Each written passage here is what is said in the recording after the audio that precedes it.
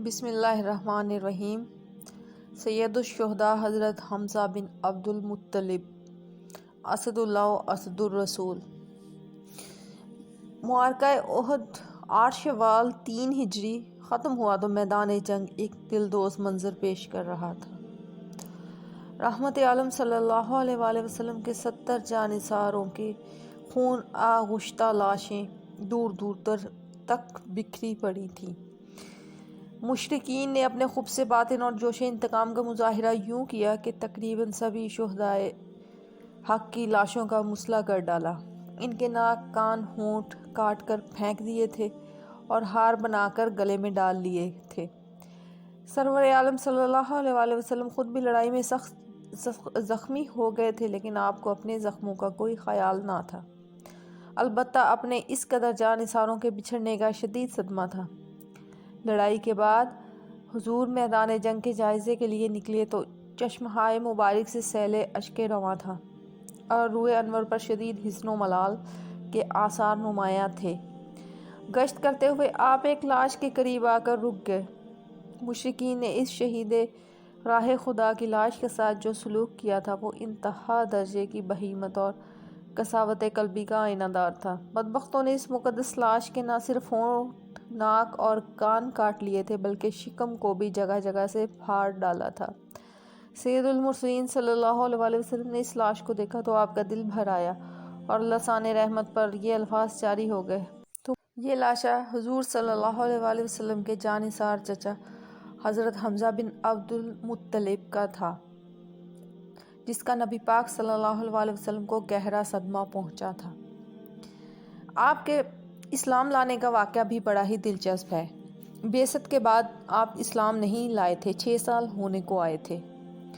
آپ کا زیادہ وقت شکار، سیر و تفریح میں گزرتا۔ آپ نے دعوت حق پر غور ہی نہ کیا۔ اسی طرح دن گزرتے گئے کہ ایک دن ابو جہل کا اسی طرف سے گزر ہوا۔ نبی پاک صلی اللہ علیہ وآلہ وسلم دار ارقم سے نکل کر صفا کے پاس سے گزر رہے تھے۔ ابو جہل نے حضور صلی اللہ علیہ وآلہ وسلم کو دیکھا تو اس کے تن بدن میں آگ لگ گئی۔ وہ آپ کو بے تحاشا گالیاں دینے لگا اور ساتھ ہی دین حق کے بارے میں بہت رقیق الفاظ استعمال کرنے لگا۔ بعض روایتوں میں ہے کہ اس نے حضور پر مٹی اور گوبر بھی پھینکا۔ رحمت عالم صلی اللہ علیہ وسلم نے اپنے خلق عظیم کا مظاہرہ کیا اور ابو جہل کو کچھ نہ کہا اور وہ تھک ہار کر بکتا جھکتا چلا گیا۔ حضور بھی تشریف لے گئے۔ اتفاق سے بنو تیم کے رئیس عبداللہ بن جدعان کی آزاد کردہ لونڈی کوہ صفا پر اپنے گھر میں بیٹھی یہ سارا واقعہ دیکھ رہی تھی۔ حضرت حمزہ شکار سے واپس آتے ہوئے اس کے گھر کی طرف سے گزرے تو اس نے ان سے مخاطب ہو کر کہا، ابو عمارہ، کاش تھوڑی دیر پہلے تم یہاں ہوتے تو دیکھتے کہ عمرو بن حشام نے تمہارے بھتیجے کے ساتھ کیسا ناروا سلوک کیا، نہایت سخت گالیاں دیں اور بری طرح ستایا، لیکن ابن عبداللہ نے کوئی جواب نہیں دیا۔ یہ سننا تھا کہ حضرت حمزہ کی رگ حمیت بھڑک اٹھی۔ غصے سے بے قابو ہو کر سیدھا خانہ کعبہ کا رخ کیا، جہاں ابو جہل مشرکین قریش کی مجلس میں بیٹھ کر لاف زنی کر رہا تھا۔ حضرت حمزہ نے وہاں پہنچ کر اپنی کمان اس زور سے ابو جہل کے سر پر ماری کہ خون نکل آیا اور ایک بڑا زخم ہو گیا۔ پھر کڑک کر کہا کہ تو محمد صلی اللہ علیہ وسلم کو گالیاں دیتا ہے؟ میں ابھی انہی کے دین پر ہوں۔ جو کچھ وہ کہتے ہیں وہی میں کہتا ہوں۔ اگر تجھ میں ہمت ہے تو ذرا مجھے بھی گالیاں دے کر دکھا۔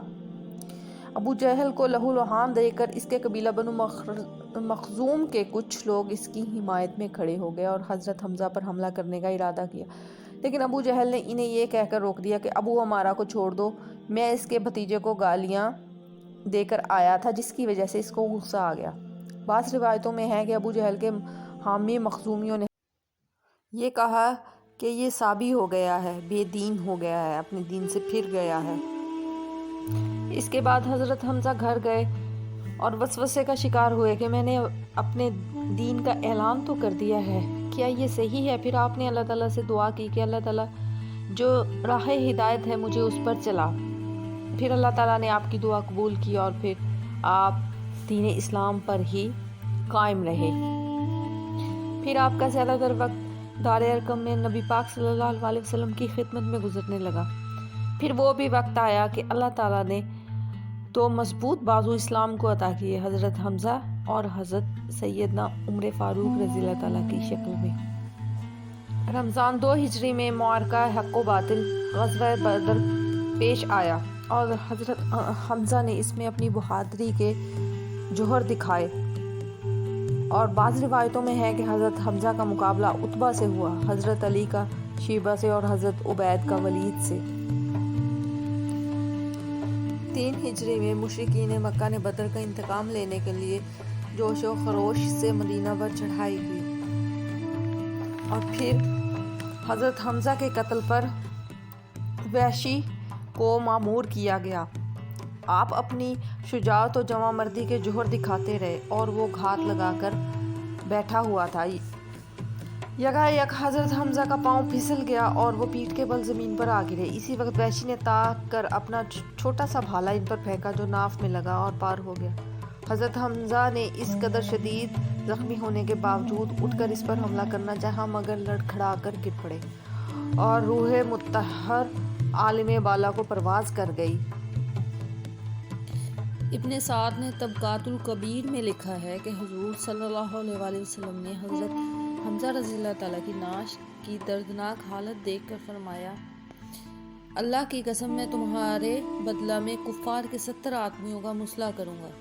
لیکن اسی وقت بارگاہ خداوندی سے حکم نازل ہوا، اور اگر تم سزا دو تو ویسی ہی سزا دو جیسی تمہیں تکلیف پہنچائی گئی، اور اگر صبر کرو تو بے شک صبر کرنے والوں کے لیے صبر سب سے اچھا ہے، اور تم صبر کرو اور تمہارا صبر کرنا خاص اللہ ہی کی توفیق سے ہے۔ سورہ نحل کا یہ ترجمہ تھا۔